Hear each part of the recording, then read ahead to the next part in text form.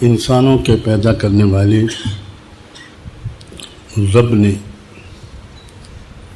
ہر انسان کے اندر دو شکتیاں رکھی ہیں. ہر انسان کے وجود کے دو حصے ہیں.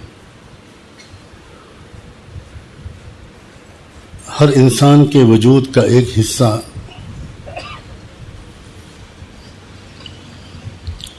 زمینی ہے،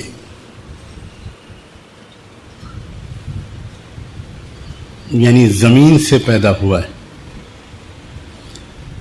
ہر انسان کے وجود کا ایک حصہ آسمانی ہے،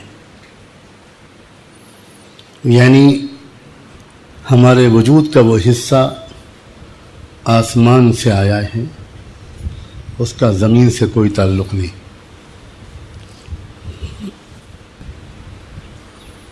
جو چیز جہاں سے آتی ہے اور جس چیز سے بنتی ہے اس کا اس پر زبردست اثر پڑتا ہے.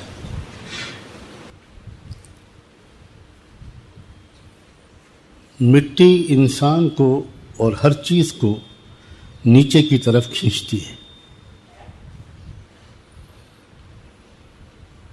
مٹی سے بننے والا انسان کا جسم، انسان کا شریر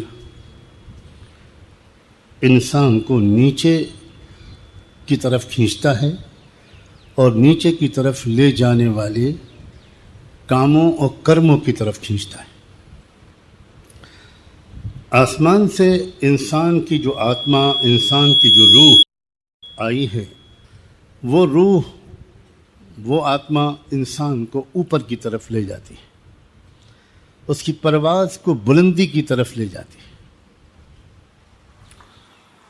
اور یہ ایک کشمکش ہے، ایک جنگ ہے، ایک کانفلکٹ ہے جو ہر انسان کے اندر ہر وقت جاری رہتی ہے. انسان کا مادی وجود، انسان کا زمینی وجود، انسان کے جسم کا جسمانی حصہ، حیوانی پہلو، یہ انسان کو نیچے کی طرف کھینچتا ہے.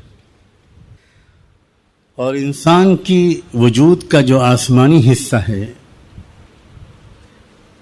روحانی حصہ ہے، وہ انسان کے مزاج کو، اس کے اعمال کو اوپر کی طرف کھینچتا ہے.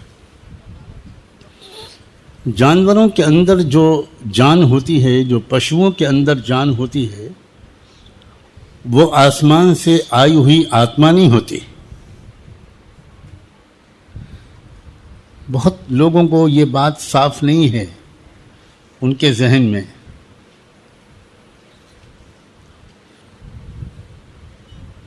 لیکن انسان کے اندر ایک تو وہ جان ہے جو زمینی چیزوں سے مل کر بنتی ہے، اور انسان کے اندر وہ روح ہے جو صرف انسانوں کے اندر ہے.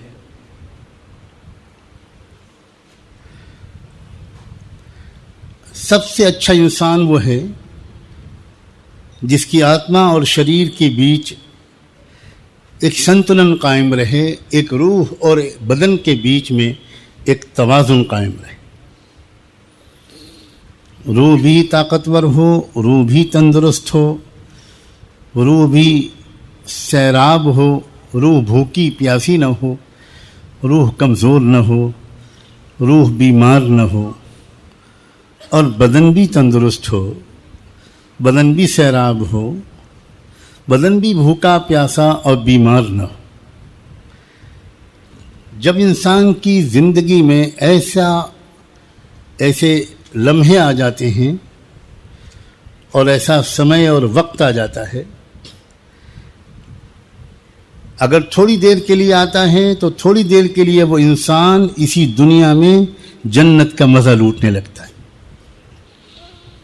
دل میں ایک ایسا سکون ہوتا ہے جو اس توازن کے بغیر کسی بھی شکل میں انسان کو نہیں مل سکتا. کسی انسان کے پاس اربوں اور کھربوں روپیہ ہو جائے،